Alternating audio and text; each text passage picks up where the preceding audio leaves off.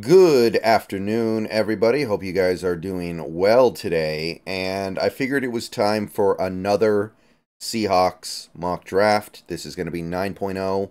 I wanted to do about 10 of these during the pre-draft process, and obviously that extends back to the season as well because we also had several mock drafts during the year.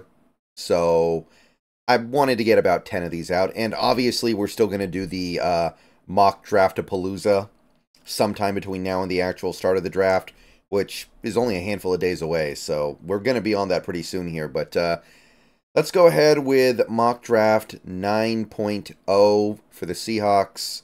I'm starting it with a trade, as most Seahawks mock drafts do. So again, I want to stress here the team that I'm trading with and the exact placement of our pick versus their pick that are being swapped in the trade isn't really that important. The point I'm trying to get across here is that, generally speaking, this is what I'm looking to accomplish.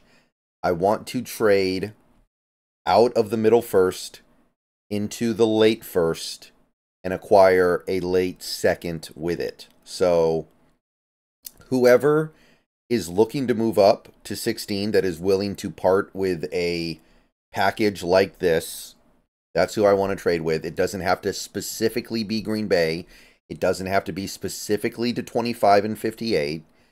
So the goal is to find a team that covets your pick and is willing to give you good value for it.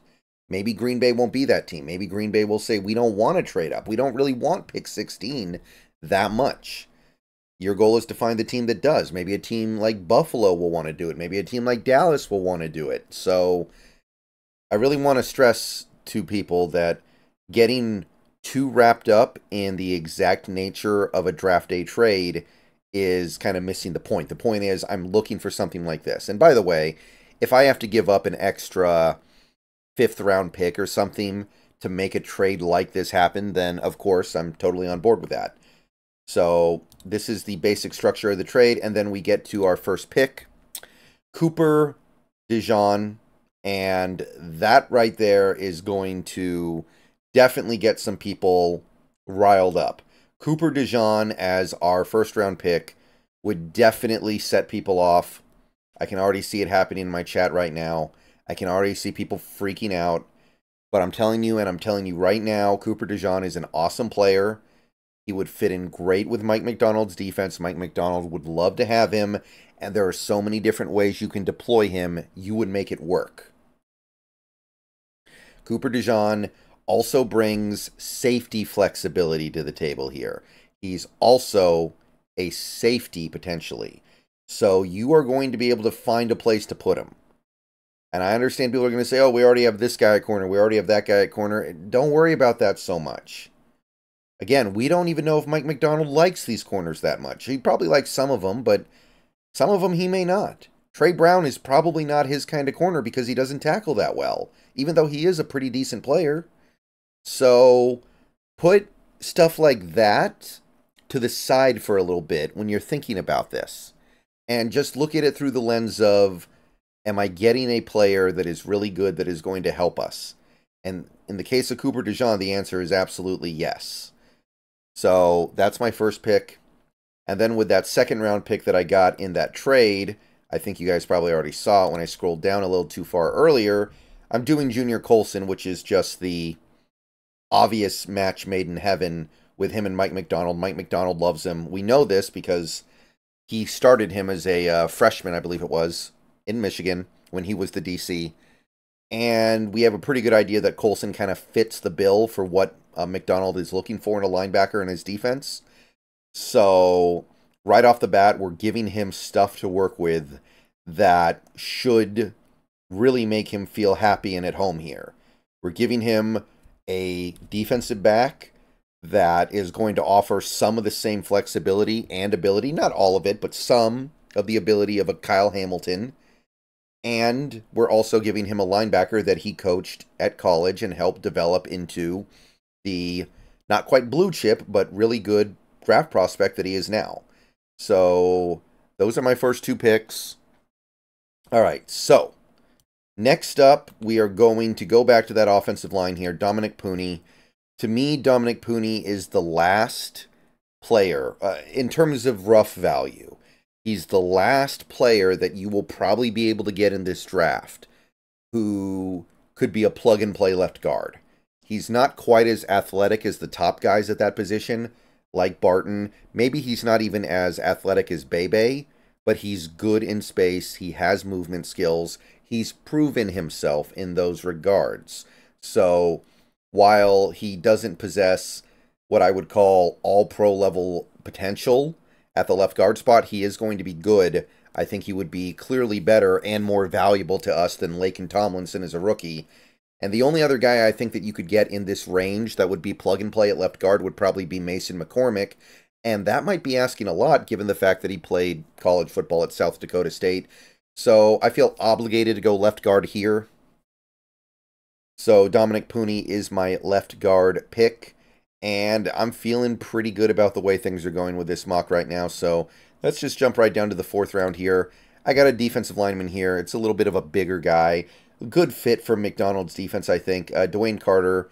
Only real big problem that I see with him is he's not a very good tackler. But otherwise, I think he would provide a lot of the things that McDonald looks for in a defensive lineman. He likes the slightly bigger guys.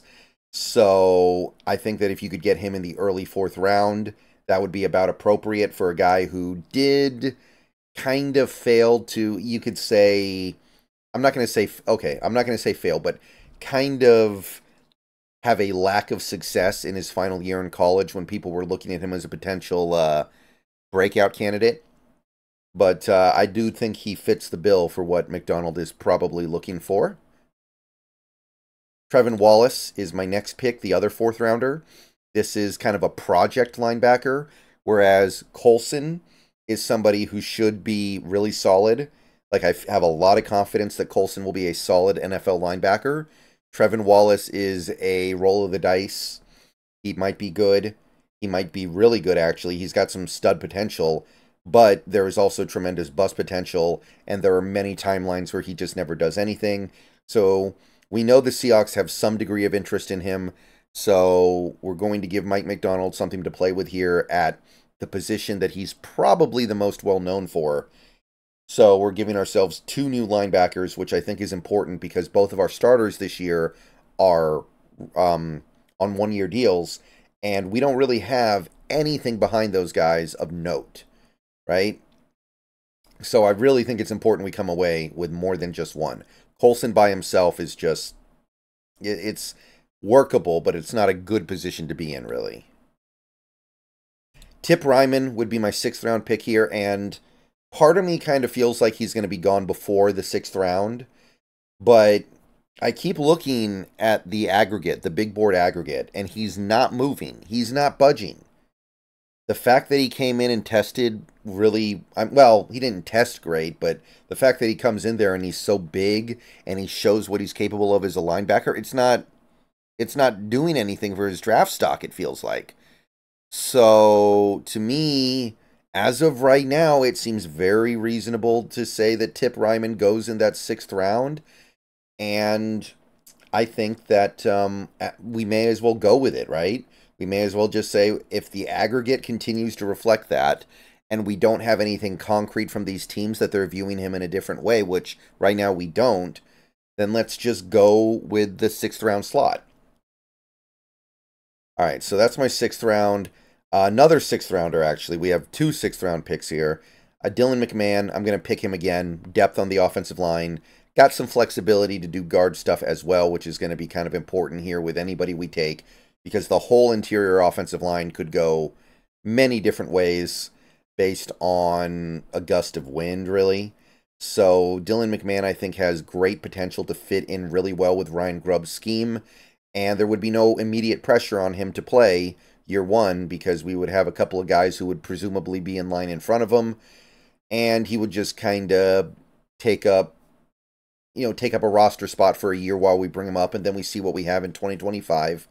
We're not married to any of the centers we currently have on this roster, so I don't see any reason to not want a guy like a Dylan McMahon around because he does have a skill set That is pretty pure in terms of what I think Grubb is going to want. And my final pick, my 7th round pick, is going to be ZTF. We had to get one Washington guy in here.